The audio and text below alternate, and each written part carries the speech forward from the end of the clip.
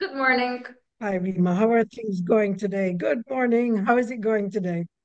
Productive week, energetic beginning of the week after the holidays. Kids are back to Yep, school, uh, new goals, good. new fresh start of the week. And of course, a Yeah, new topic. that's good. So, what's the topic that you want to ask about today? Okay, the topic I'm going to ask about today is, are we all actors? And the actual actors that we see in the movies are the only truth that we ever see.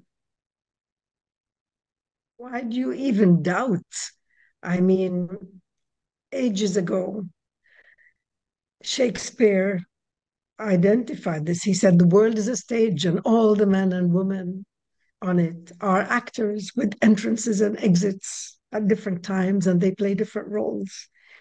You know, I think we underestimate the power of acting and what it really means. And sadly, a lot of times acting is equated with hypocrisy. And it's Yes. not. It's not. If we understand how profound it is to be a really great actor, we would change our view. And there are different schools of acting. For example, Stanislavski school of acting was all about generating the emotion from within. Mm. And it was about belief. Acting is to believe. It's not about hypocrisy. It's about becoming, starting that emotional engine that creates all the physiological and intellectual responses that it takes to become and to believe that you are that character that you are portraying. But there's another school of acting, and that's the Japanese no theater, where they think, no, it's different. We begin with the costumes, it's stylized acting, and they have elaborate costumes and makeup and masks. And it begins with the physical. And the idea is that the actor looks at himself or herself in the mirror until that physical portrayal of the character generates the emotion and the acting, takes root. But it's not hypocrisy. It's really about tapping into the incredible resources that are physiological, psychological, and emotional and linguistic as well that we have in being, in communicating, in reaching out to other people and getting ideas across. And I think it's very, very powerful. When do we draw the line between acting and hypocrisy? If I want to do self reflection, and where do I say that here I was acting, I was wearing on the nice, kind personality, and where do I say here I was a hypocrite? Where do we draw the line? Well, great, great inquiry.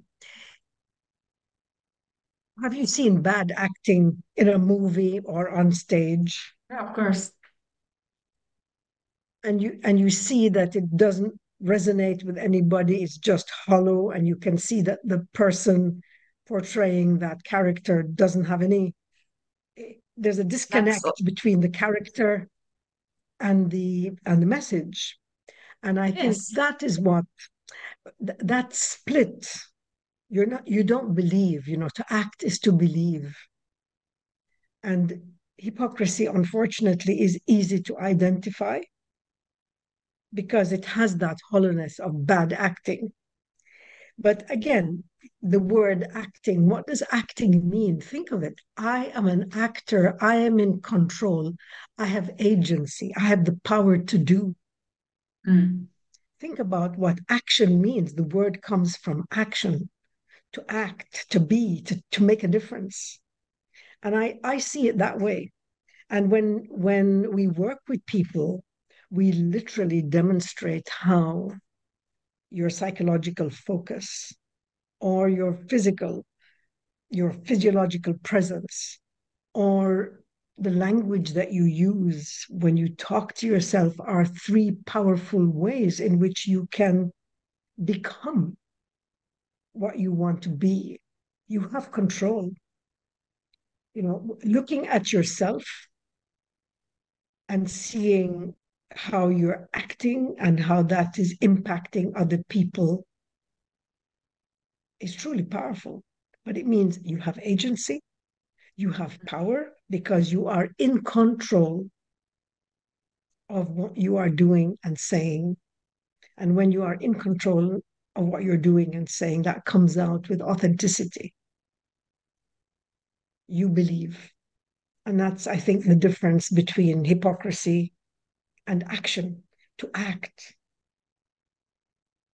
is to do what you believe, to be congruent with your thoughts and your beliefs. So acting minus authenticity gives us hypocrisy. Like, you could come up with an equation like that, but Yeah. we are all actors, meaning we are doing something now. Whether we have an impact or not is really up to us. Whether people believe us or not is up to us. But I would love to change the definition of, or rather, the understanding that people have of acting. I always recommend that people take an acting course at least once in their life